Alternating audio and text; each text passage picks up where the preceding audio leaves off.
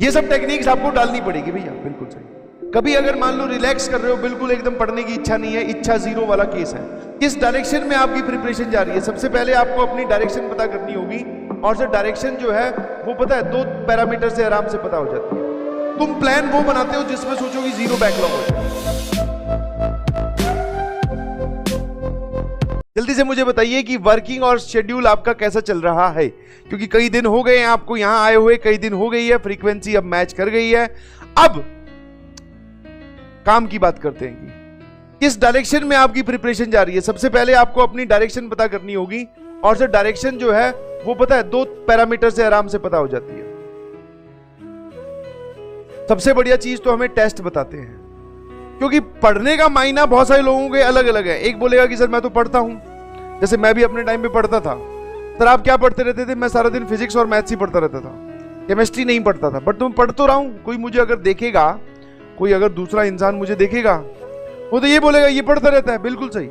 But sir equally हम पढ़ पा रहे हैं कि नहीं पढ़ पा रहे? समझ में आएगी नहीं समझ में? बिल्कुल सही, ठीक है। तो टेस्ट आपको देने हैं जी, बिल्कुल सही।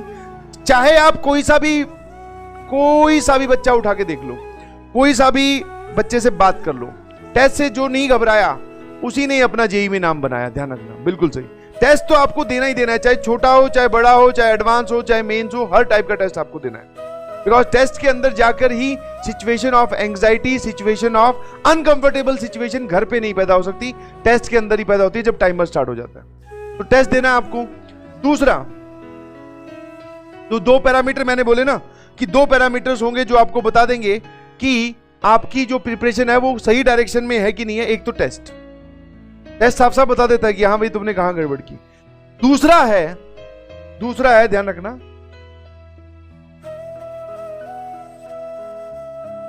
अब पहली चीज तो मैं इसके लिए बता दूं यार, ये नाम से तुम बड़े डरते हो, डरना भी चाहिए ऑब्वियसली। ये ध्यान रखना सबका होता है, बस ऐसे समझो कि लेवल अलग अलग है, लेवल अलग अलग है, किसी के पास थोड़ा, किसी के पास ज्यादा, समझ में आया? तो इसमें आपको क्या करना है, बस इसको खत्म कीजिए। बैकलॉग अगर आप खत्म कर दोगे तो टेस्ट देखकर अपनी परफॉर्मेंस एनालाइज करके डायरेक्शन आप आराम से पता कर सकते हैं, सही डायरेक्शन में मूव कर रहे हैं कि नहीं। तो कोशिश करिए। अच्छा बैकलॉग के नाम पे ना मैं बताता हूं, ये देखो वैसे अगर सॉलिडली बात करें तो ये कभी खत्म नहीं हो सकता। क्यों? क्योंकि सर काम इतना है, क्या हम उसको 100% कंप्लीट कर सकते हैं? अगर मैं सबकी बात करूं तो आंसर इज नो, नहीं कर सकते। समझ पा रहे हो कि नहीं समझ पा रहे? तो मतलब सबका रहेगा, हाँ, दुनिया मतलब जिंदगी भर रहेगा प्रिपरेशन में, तो आंसर इज हाँ। तो फिर क्या करना है सर? इसको मिनिमाइज करना है। इसको क्या करना है? मिनिमाइज। तुम प्लान वो बनाते हो जिसमें सोचो कि 0 बैकलॉग हो जाए, तुम वो प्लान बनाओ जिसमें इसको मिनिमाइज कर सके, ठीक है। लेक्चर्स, नोट्स और डीपीपी और मॉड्यूल की 2 एक्सरसाइज, ये आपका कंप्लीट रहना चाहिए हर चैप्टर का। अब इसको आप चाहे चैप्टर के पैरेलल कीजिए या चैप्टर खत्म होने के बाद में टाइम निकाल के कीजिए, बट आपको ये करना है। क्या मेरी बात समझ गए? हाँ है ना? ठीक है, हाँ है ना? अब कुछ लोग बोलेंगे कि सर हमारा जो है ना बाकी सब ठीक चल रहा है, बट अगर क्वेश्चंस की बात करें तो क्वेश्चंस कम प्रैक्टिस कर पाते हैं, यही है, है ना? तो जो लोग क्वेश्चंस कम प्रैक्टिस कर पा रहे हैं, सर हमने नोट्स में सवाल देखे, हमने डीपीपी के भी क्वेश्चन चलो कर लिए, मॉड्यूल वाले क्वेश्चन कुछ बने कुछ नहीं बने, और सर हमें क्वेश्चन थोड़े चाहिए। तो मैंने ध्यान सुनना, कोई भी क्वेश्चन अगर आप कर रहे हो ना, जैसे मान लो एक तो आप सॉल्विंग वाली चीज देखिए, ठीक है, कि आपने कितने क्वेश्चन सॉल्व किए। दूसरा तरीका आप क्या कर सकते हो, you can watch the solution also.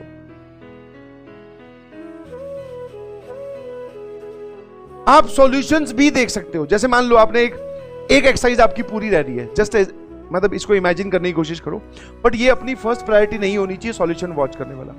दूसरा तरीका ये भी एक होता है, हाँ बिल्कुल सही, ड्रॉपर्स के लिए तो बहुत बेनिफिशियल है। आप एक काम करो, पीडीएफ में या फिर जो आपके पास मॉड्यूल है उसका सॉल्यूशन तो है ही, आपने मॉड्यूल की एक्सरसाइज के क्वेश्चंस देख लिए और साथ साथ में उसका टेक्स्ट सॉल्यूशन देख लिया, कहीं पर हटे तो वीडियो सॉल्यूशन देख, ताकि वो क्वेश्चन हमें पता तो चले कि ये होता है और इसका जवाब ये है।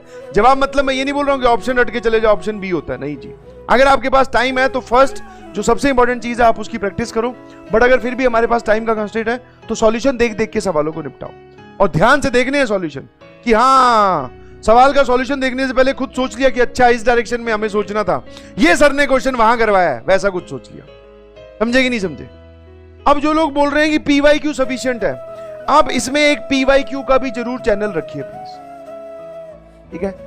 हाँ, एक PYQ वाली एक्सरसाइज और एक कोई भी एक्सरसाइज आप सेलेक्ट कर लो, एक्सरसाइज 1 को छोड़ के ऑब्वियसली एक्सरसाइज 3 सेलेक्ट कीजिएगा ऑब्वियसली, एक्सरसाइज 3 प्लस 4 मतलब एक्सरसाइज 3 प्लस PYQ। और PYQ भी मैं आपको बता चुका हूं ऑर्डर क्या है। ऑर्डर आप जेईई मेंस 2022 से उल्टा चलना स्टार्ट करोगे, पहले 22 के निपटाओ, फिर 21 के, फिर 20 के, ऐसे चलने दो।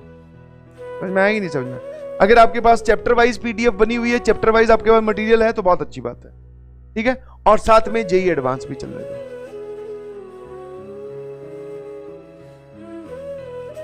और एक चीज हमेशा ध्यान रखिएगा प्लीज, जो चैप्टर जब चल रहा होता है आप उसको रनिंग वे में तभी उसके पैरेलल जितना स्ट्रॉन्ग बना सकते हो उतना बना लीजिए, बिकॉज बाद में फिर वो बात नहीं रहती। वो बात कौन सी सर? वो बात ऐसी ही उसको ऑप्टिमम लेवल तक हमारे ले जाने का इच्छा नहीं होती। तो इसीलिए जिस चैप्टर में आप अभी हैं वर्क करो उसी चैप्टर के अंदर। पुराना कॉम्प्लेक्स नंबर छूटा हुआ है, सीक्वेंस एंड सीरीज छूटा हुआ है, मैं जानता हूं छूटा हुआ होगा, एक बार उसको होल्ड पे रखो, उसके लिए अलग से टाइम निकालेंगे।